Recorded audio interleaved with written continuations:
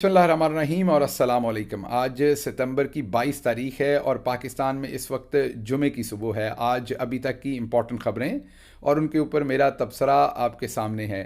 सबसे पहली जो इम्पॉर्टेंट ख़बर आपके सामने रखनी है वो कल राणा सनाउल्लाह का वो मशहूर ज़माना इंटरव्यू है जिसने कोई कसर अगर रह गई थी जनरल बाजवा को बरहना करने की, सियासी तौर पर कह लें, मीडिया के तौर पर कह लें, तो वो कल राणा सनाउल्लाह ने पूरी कर दी। कल राणा सनाउल्लाह ने संगीन इल्ज़ामात लगाए जनरल रिटायर्ड बाजवा के ऊपर और कल राणा सनाउल्लाह ने ये कहा कि अपने 3 साल की नौकरी के लिए जनरल बाजवा ने हमें, इमरान खान को हमारे हाथों बेच दिया, मुल्क को हमारे हाथों बेच दिया। ये वाज़े तौर पर राणा सनाउल्लाह का प्रिटेक्स्ट था। कल जो वो बयान कर रहे थे अपने इंटरव्यू में, उन्होंने ये कहा कि जो अब हमने उनको एक्सटेंशन पर वोट दिया तो हमारी स्ट्रेटजी का हिस्सा था, हमारा जो लार्जर प्लान था वो इसी तरीके से अचीव हो रहा था।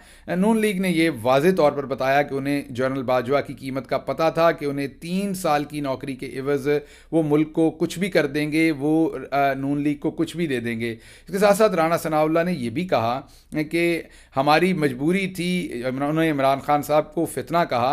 बुनियादी तौर पर वो जो कहना चाह रहे थे वो ये कहना चाह रहे थे कि इमरान खान किसी भी सूरत हमसे कंट्रोल नहीं हो रहा था, तो जो एक ही तरीका हमारे पास कंट्रोल करने का था वो जनरल बाजवा के साथ एक्सटेंशन के ऊपर सौदा किया, उन्हें वोट दिया और बदले में फिर उन्होंने हमें डिलीवर किया इमरान खान के ख़िलाफ़, उन्हें उतार कर तहरीक अदम एतमाद लाकर इमरान खान को चलता किया।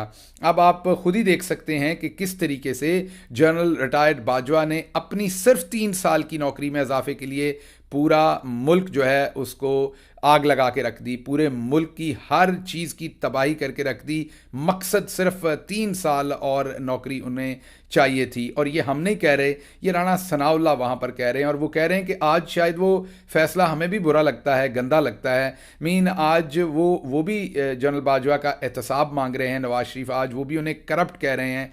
आज नवाज शरीफ के और इस्टेब्लिशमेंट के करीब तरीन रहने वाले सहाफ़ी जनरल बाजवा को करप्ट कह रहे हैं और कह रहे हैं अगर आप इन्हें झाड़ेंगे तो इनमें से 12 अरब रुपए निकलेंगे करप्शन के। ये क्या किस्सा है ये भी मैं आपके सामने रखता हूँ। बहरहाल जो बात राणा सनाउल्लाह ने की है वो बड़ी इंपॉर्टेंट है। राणा सनाउल्लाह ने असल में जो बात की है वो उन्होंने कही है कि हमारी ये प्लानिंग का हिस्सा था कि हमने किस तरीके से इमरान खान से जान छुड़ानी थी और क्योंकि इमरान खान हमारे काबू नहीं आ रहा था और उसके लिए हमने जनरल बाजवा को वोट दिया। तो इससे ये बात वाज़े हो गई इमरान खान की कि कोई अदम एतमाद नहीं था, कोई इमरान खान के ऊपर अदम एतमाद नहीं था, कोई इकॉनमी का प्रॉब्लम नहीं था, कोई फॉरेन पॉलिसी का कोई प्रॉब्लम नहीं था। ये सारे का सारा एक प्रॉब्लम था और वो था कि जनरल बाजवा को 3 साल की नौकरी चाहिए थी और उसके बदले में नून लीग को अपने करप्शन के केसेस में से निजात चाहिए थी। इन दोनों ने अपने अपने ऑब्जेक्टिव के लिए पूरा मुल्क बेच डाला। अब मैं आपको इसका पसे मंज़र बताता हूं ताकि आपको इस कहानी की समझ आए कि आज जो कन्फेशन राणा सनाउल्लाह कर रहे हैं और जनरल बाजवा को एक किस्म का गद्दार डिक्लेयर कर रहे हैं जिन्होंने अपने आइन के साथ वफादारी नहीं की, जो उन्होंने वर्दी पहनते हुए हल्फ लिया था। जब राणा सनाउल्लाह उनके ऊपर इस तरह के संगीन इल्ज़ामात लगा रहे हैं तो उसका पसे मंज़र आपके सामने रखते हैं। सबसे पहले याद कीजिए जब इमरान खान रशिया जा रहे थे तो सबसे पहले इस्लामाबाद वज़ीर आज़म हाउस के अंदर उन्होंने पाकिस्तान के तमाम साबिका सुफरा को, सेक्रेटरी खारजा, तमाम ऐसे जर्नलिस्ट जो फॉरेन पॉलिसी पर लिखते हैं, उन तमाम लोगों को इकट्ठा किया वज़ीर आज़म हाउस इस्लामाबाद में। मैं भी उस मीटिंग में मौजूद था। इमरान खान साहब ने सबसे पूछा कि क्या हमें इन हालात के अंदर रशिया जाना चाहिए। तमाम लोगों ने यक ज़ुबान होकर कहा बिल्कुल जाना चाहिए। उसके साथ ही इससे पहले ही जो जनरल बाजवा थे और पाकिस्तान का जो दिफाई सिस्टम था वो पूरा इमरान खान साहब को कह चुका था कि बिल्कुल आपको रशिया जाना चाहिए, हमारी बहुत सारी ज़रूरतें हैं जो रशिया से पूरा होना ज़रूरी हैं। इन तमाम फीडबैक के साथ इमरान खान रशिया जाने को तैयार हो गए। मुझे उन्होंने 2 दिन पहले रशिया भेजा, 2 से 3 दिन पहले मैं रशिया पहुंचा था। जब मैं वहां पहुंचा तो मैंने देखा कि माहौल और है पाकिस्तान में। सिस्टम के अंदर से, जब मैं सिस्टम कहता हूं तो आपको समझ है, सिस्टम के अंदर से वहां पर सहाफ़ी भेजे गए और उन्हें कुछ सहाफ़ी, सारे नहीं, और उन्हें खबरें ऐसी फीड की गई कि जो इमरान खान, ऐसा लगे कि इमरान खान रशिया का दौरा खुद कर रहे हैं, सिस्टम में और कोई नहीं चाहता था। जैसे ही इमरान खान रशिया पहुंचे तो वो तमाम उस तरह के जो चंद सहाफ़ी थे वो पल पड़े और सवालात क्या थे कि आप इन हालात में रशिया क्यों आए हैं, आपने अकेले फ़ैसला क्यों किया है। तो हमें अंदाज़ा हो गया कि इसको कौन सब कुछ फीड कर रहा है। बहरहाल उस दौरे को मुकम्मल करके वापस आए तो आपको पता है कि किस तरीके से जनरल बाजवा ने, वाज़े तौर पर मैं यहाँ पर जो मेरी मुलाकातें हुई हैं, जो कुछ भी मेरी इंटरेक्शन हुई है, मैं आपको वाज़े तौर पर बता सकता हूँ कि यहाँ पर जनरल बाजवा ने अमेरिका को कहा कि असल में इमरान खान का अकेले का फ़ैसला था रशिया जाने का, ये और कोई नहीं था, ये जनरल बाजवा थे ये बात कहने वाले। और उन्होंने पाकिस्तान की खारजा पॉलिसी के अंदर भी माइंस फिट कर दी, खारजा पॉलिसी के अंदर भी बारूदी सुरंगें रख दी, ये बातें कह के, क्योंकि अमेरिका को बदजन किया इमरान खान से, दूसरे लफ्ज़ों में पाकिस्तान से उस वक्त, और यहाँ पर ये माहौल दिया कि इमरान खान आपके ख़िलाफ़ है और वो अकेला रशिया का जो है वो फ़ैसला करके वहाँ पर गया है। एक साइड ये है। दूसरी साइड ऑफ स्टोरी, उसके बाद आपने देखा जो साइफर आया, उसमें जो आपने देखा डोनाल्ड लू का जो पूरे का पूरा काम था, जिस तरीके से उन्होंने सफ़ीर को कन्वे किया, और फिर इमरान खान साहब ने उसमें से चंद, जैसे मैंने कल आपको बताया, चंद हक़ाइक़ अवाम के सामने रख के, कोई जुर्म नहीं किया, वो इलेक्टेड प्राइम मिनिस्टर थे, लेकिन आज वो गद्दारी की सज़ा भुगत रहे हैं। उसमें सीक्रेट्स एक्ट के अंदर ट्राई हो रहे हैं, सिर्फ इसलिए कि डोनाल्ड लू ने जो बातें सफ़ीर से की, उसमें से चंद अहम बातें, चंद हक़ाइक़ उन्होंने अपनी आवाम के सामने रखे। बहरहाल सबसे पहले कहा गया कि कोई साइफर है ही नहीं, फिर कहा गया मदाखलत है, साजिश नहीं है। सारे पैंतरे बदलने के बाद आज कहा गया कि जो साइफर है वो कौमी राज है और उसको फाश करने के लिए इमरान खान के ऊपर सीक्रेट्स एक्ट का मुकदमा होगा। इसके साथ साथ ख्वाजा आसिफ का बयान याद कीजिए, उन्होंने कहा कि हमारी तो 2019 में ही डील हो चुकी थी, और ख्वाजा आसिफ ने कहा कि जनरल बाजवा चाहते थे कि हम आ जाएं हुकूमत में और इमरान खान चला जाए। ये ज़हन में रखिएगा, इमरान खान 2018 में आए थे और 19 के शुरू में नवाज शरीफ के प्लेटलेट्स नीचे हो गए थे, डील हो गई थी नवाज शरीफ के साथ और उसने बाहर चले जाना था। तो आप खुद ही समझ सकते हैं कि जनरल बाजवा असल में हमेशा से इमरान खान के खिलाफ थे, मजबूर थे, क्योंकि अवाम उनके साथ हो गई थी। नवाज शरीफ के साथ उस टाइम उनकी डील नहीं हुई थी, जरदारी को वोट नहीं मिल सकता था, तो मजबूरी थी कि इमरान खान को ही लाना पड़ना था। बहरहाल ख्वाजा आसिफ के बयान सामने है कि ये डील 2019 में ही हो चुकी थी, लेकिन फिर क्या हुआ, फिर कोविड आया। कोविड के बाद आपको याद होगा शहबाज शरीफ को बुलाया गया कि आकर टेक ओवर करें, इमरान खान से तो संभाला नहीं जाना। इमरान खान ने ऐसा कोविड संभाला कि वो पूरी दुनिया ने देखा, पूरी दुनिया में मिसाल बना फिर, और पूरी दुनिया ने मिसाल दी कि किस तरीके से इमरान खान ने कोविड के अंदर पाकिस्तान की इकॉनमी को उठाया, पाकिस्तान के गरीब को बचाया, स्टाइपेंड लगाए, बिजली के बिल दिए, गरीब को भूखा मरने नहीं दिया, एहसास प्रोग्राम को खड़ा कर दिया, पूरी सप्लाई चेन पाकिस्तान की खड़ी कर दी।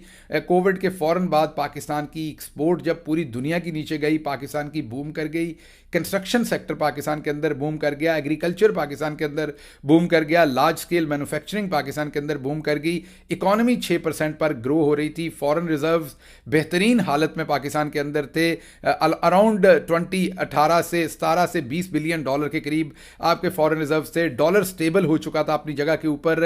कोविड की चीज़ें हम खुद बनाना शुरू हो गए थे पाकिस्तान के अंदर कलील मुद्दत के अंदर।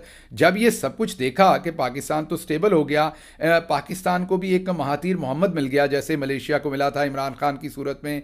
अब तो इमरान खान पाकिस्तान को इन सारी मुसीबतों से निकाल लेगा और हम चोरों की अगले 10-20 साल बारी नहीं आएगी। याद कीजिए खुर्रम दस्तगीर का वो बयान कि खुर्रम दस्तगीर ने कहा कि अगर हम इमरान खान को ना गिराते तो अगले 10-15 साल इमरान खान ने रहना था और हम सब ने जेलों में होना था। तो इन सबको ये पता चल गया कि अब लूटी हुई दौलत भी वापस करनी पड़ेगी, इमरान खान ने एनआरओ भी नहीं देना और उसने मुल्क भी संभाल लिया है। तो फिर इन्होंने जनरल बाजवा साहब को याद करवाया कि आपके साथ तो सौदा किया था, एक्सटेंशन पे आपको वोट ऐसे ही तो नहीं दिया था हजूर, आपने वादा किया था, आपने सौदेबाजी की थी, गिराएं अब हुकूमत। तो जनरल बाजवा साहब ने फिर वो की हुई कमिटमेंट जो है वो डिलीवर कर दी। लेकिन यहाँ पर सोचने की बात एक है कि जब उन्होंने वो कमिटमेंट डिलीवर कर दी तो सोचिए कि उससे क्या क्या नुकसान किए। सबसे पहले तो पाकिस्तान की खारजा पॉलिसी तबाह की, जब उन्होंने अमेरिका के साथ ये गलत बयानी की कि इमरान खान अमेरिका के खिलाफ है, इमरान खान रशिया जाना चाहता है अकेला, अमेरिका को गलत इंफॉर्मेशन फीड करके एक सुपर पावर के साथ उस वक्त पाकिस्तान के ताल्लुकात को कशीदा करने की कोशिश की, कशीदा किया। पहला नुकसान नुकसान दिया। दूसरा नुकसान 6% पे बढ़ती हुई इकॉनमी, गरीब का चलता हुआ चूल्हा, वो सब कुछ तबाह कर दिया कि आज पाकिस्तान गुर्बत के अंधेरों में है। आज पाकिस्तान में इन्फ्लेशन है, बिजली के रेट संभाले नहीं जा रहे, आज पाकिस्तान के अंदर बेरोजगारी है, आज पाकिस्तान के अंदर कोई सेक्टर ऊपर नहीं जा रहा, डॉलर किधर चला गया है, आज पाकिस्तान में कीमतें कहाँ चली गई हैं, सब कुछ आपके सामने है। तो इकॉनमी तबाह की, फिर अदालती निज़ाम तबाह किया पाकिस्तान का अपना काम करने के लिए, फिर पाकिस्तान के अंदर चलती हुई जमहूरियत तबाह की, इलेक्शन कमीशन के सिस्टम को तबाह किया, पाकिस्तान के अंदर एक पूरी पार्टी को तबाह कर दिया जो मुल्क की सबसे बड़ी पार्टी है, उसके लोगों को तबाह करने की कोशिश की, उन लोगों को पकड़ा, उन लोगों को तशद्दुद किया, कितने लोग शहीद हो गए सारे काम में। ये सब कुछ जनरल रिटायर्ड बाजवा ने किया, सिर्फ किस लिए? 3 साल की नौकरी बचाने के लिए, 3 साल की नौकरी और लेने के लिए सौदा कर गए वो मुल्क का। और आज भी उनके बहुत सारे जो हवारी हैं वो हमसे सवाल पूछते हैं, मेरे जैसे लोगों को डबल एजेंट कहते हैं, मेरे जैसे लोगों को कहते हैं कि हम डबल एजेंट हैं, सवाल पूछते हैं कि आप पाकिस्तान से निकल कैसे आए। तो मेरा जवाब उनको बड़ा वाज़ेह है कि पाकिस्तान से मैं निकल कैसे आया, उसकी दास्तानें तो लाहौर हाई कोर्ट का लार्जर बेंच बना हुआ था, चीफ जस्टिस की सरबराही में 3 दफ़ा मुझे नहीं आने दिया गया, गिरफ्तार करने की एयरपोर्ट पर कोशिश की गई, तीनों दफ़ा मुझे वापस कोर्ट जाना पड़ा, और चौथी बार में, इफेक्टिवली तीसरी बार में मैं जो हूँ वो निकलने में कामयाब हुआ। वो कैसे आया उसकी तमाम वीडियो फुटेज मेरे पास एयरपोर्ट की मौजूद है, किसी दिन उसे जारी करता हूँ। लेकिन बहरहाल मैं कैसे आया, किस तरह से आया, ये बात तो कहानी और सही, असल बात तो ये है कि मैं जिस दिन से यहाँ आया, क्या कोई एक दिन ऐसा है जिस दिन मैंने इमरान खान के साथ वफादारी नहीं की, जिस दिन मैंने पाकिस्तान के साथ वफादारी नहीं की? तो फिर डबल एजेंट कौन हुआ? जनरल बाजवा हुए या मैं हुआ? मेरे ख्याल में तो जनरल बाजवा हुए, जिन्होंने अपने आइन के साथ इनहराफ किया, अपना जो हल्फ था उसके साथ इनहराफ किया, एक चलती हुकूमत को गिराया, चलती इकॉनमी को गिराया, चलती फॉरेन पॉलिसी को गिराया, मुल्क के गरीब का चूल्हा बुझा दिया। और आज उन्हीं के गमाश्ते जो हैं, जो ऊपर से कुछ और बनते हैं बट अंदर से असल में वो डबल एजेंट हैं, वो हमसे सवाल पूछते हैं कि आप बाहर कैसे आ गए। तो बाहर हजूर जैसे भी आए, इस बात को छोड़िए, ये देखिए कि जिस दिन से, वो तो मैंने आपको बता दिया मैं बाहर कैसे आया, लेकिन जिस दिन से यहां आया हूं, वफादारी में अगर तो 1 सेकंड की कोई कमी है मुल्क के साथ या कप्तान के साथ तो आपको समझ आ जाएगी। हाँ, ये ज़रूर है कि अगर बाहर आकर, बड़ी मुश्किल से भी बाहर आते और बाहर आकर आप बिल्कुल खामोश होकर साइलेंट मोड पर बैठ जाते, या यहाँ बैठ के कप्तान के खिलाफ बातें करते, या यहाँ बैठकर कप्तान के खिलाफ यहाँ से कार्रवाइयाँ करते, उसकी करैक्टर असैसिनेशन करते, उसके केसेस के ऊपर सुल्तानी गवाह यहाँ से वीडियोस देकर बनते, तो फिर पता चलता कि आप बिक गए हैं, फिर पता चलता कि आप मिल गए हैं। तो डबल एजेंट साबित हो गए कौन कौन है। और बाजवा साहब के बारे में अब हम नहीं कह रहे, पहले ख्वाजा आसिफ ने उन पर डबल एजेंट का इल्ज़ाम लगाया, अब राना सनाउल्लाह ने उनको डबल एजेंट कह दिया। यहीं तक नहीं है, बल्कि अब तो मामलात ये हैं कि जब से नए आर्मी चीफ ने एहतसाब की पूरी मुहिम बर्पा की है, तो इनके अपने सहाफ़ी, इस्टेब्लिशमेंट के करीब समझे जाने वाले सहाफ़ी कह रहे हैं, हम नहीं कह रहे, मैं नहीं कह रहा, इस्टेब्लिशमेंट के करीब तरीन समझे जाने वाले सहाफ़ी कह रहे हैं कल परसों के इंटरव्यू में ही कि अगर सिर्फ जनरल बाजवा को झाड़ लिया जाए तो 12 अरब रुपए वहाँ से निकल सकते हैं करप्शन के। जी हाँ, ये मैं नहीं कह रहा, ये वो कह रहे हैं। और वो कौन से 12 अरब हैं? वो वही हैं जो अहमद नौरानी ने स्टोरी की थी और उसके बाद कितने सारे लोगों को वहाँ से उठा लिया गया था। इसके साथ साथ अगर आप देखें तो अब नवाज शरीफ किसका एहतसाब मांग रहा है? जी हाँ, उन्हीं डबल एजेंट साहब का मांग रहा है। नवाज शरीफ को भी जनरल रिटायर्ड बाजवा का ही एहतसाब करना है, इमरान खान को भी जाहिर बात है उन्हीं का करना है, पाकिस्तान की अवाम को भी उन्हीं का करना है, पाकिस्तान के सहाफ़ियों को भी उन्हीं का करना है। तो आप ख़ुद से देख लीजिए कि कितना ज़्यादा जुल्म किया गया सिर्फ अपनी 3 साल की नौकरी जो है उसको बहाल करने के, उसकी एक्सटेंशन लेने के लिए उन्होंने पूरे का पूरा जो मुल्क है उसको एक किस्म का बेच दिया। इमरान खान ने जब इनको मीर जाफ़र, मीर सादक कहा तो उस वक़्त आपको याद होगा कितना बुरा मनाया गया, और आज सारे लोग वही सब कुछ कह रहे हैं, कोई एक नहीं है जो ये ना कह रहा हो। इसके साथ साथ आपके सामने मैंने ये भी रखना है कि बदकिस्मती से जो आज कोई बात करता है उसको उठा लिया जाता है। खालिद जमील एक बहुत ही मोहतरम जर्नलिस्ट हैं, मेरी उनसे एक आध मुलाकात ही है, बहुत ही शाइस्ता आदमी है, मोहतरम है। उन्होंने एक ट्वीट कर दिया और ट्वीट में कोई गाली गलोच भी नहीं थी, एक उन्होंने नन्हे अमार की फौतगी के ऊपर, शहादत के ऊपर उन्होंने अपने गमो गुस्से का इजहार किया। अब पता चला है FIA ने उन्हें उठाकर जेल में डाल दिया और उनकी बड़ी ह्यूमिलिएटिंग तस्वीरें जो हैं वो जारी की जा रही हैं। ये बहुत ही अफसोसनाक पहलू है और इसको जितनी जल्दी हो सके बंद करना चाहिए। सहाफ़ियों को फ्रीडम ऑफ स्पीच देनी चाहिए। अगर हम इतने सेंसिटिव हो गए कि हमने किसी को बात ना करने दी तो फिर अल्लाह ही हमारा हामी नासिर हो सकता है। इसके साथ ही मुझे इजाज़त दीजिए। अल्लाह आपका हामी नासिर हो। पाकिस्तान जिंदाबाद।